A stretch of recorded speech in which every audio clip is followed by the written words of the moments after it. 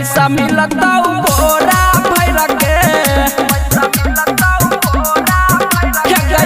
चौपाल जी के जाई है के छौरी खुश कर के पैसा मिलता बोरा भर के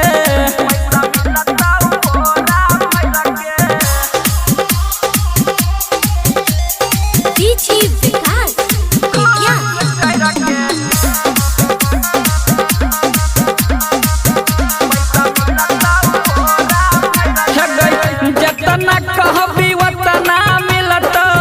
तोरा माल पानी गे रात भर ला चौपाल जी के लिख दही जवानी गे लिख दही तोहर पतली कमरिया बवाल लागे छौ हेमा मालिनी के जैसन तोहर गाल लागे छौ सबके साथ में नचिया छोरी भगिया के करो से गई डर के चौपाल जी के जाई है के छौरी खुश कर के पैसा मिलता बोरा भर के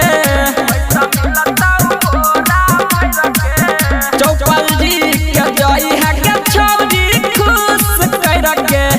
पैसा मिलता बोरा भर के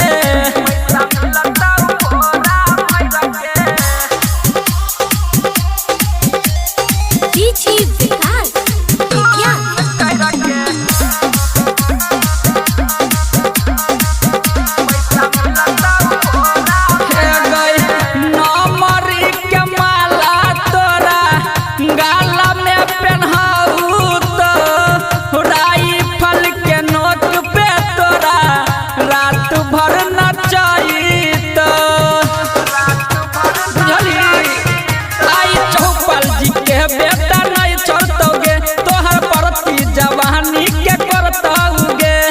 आ जाई अकेला में सुचला तोरा नचतौ हाथ पकड़ के चौपाल जी के जाई है के छौरी खुश कर के पैसा मिलता बोरा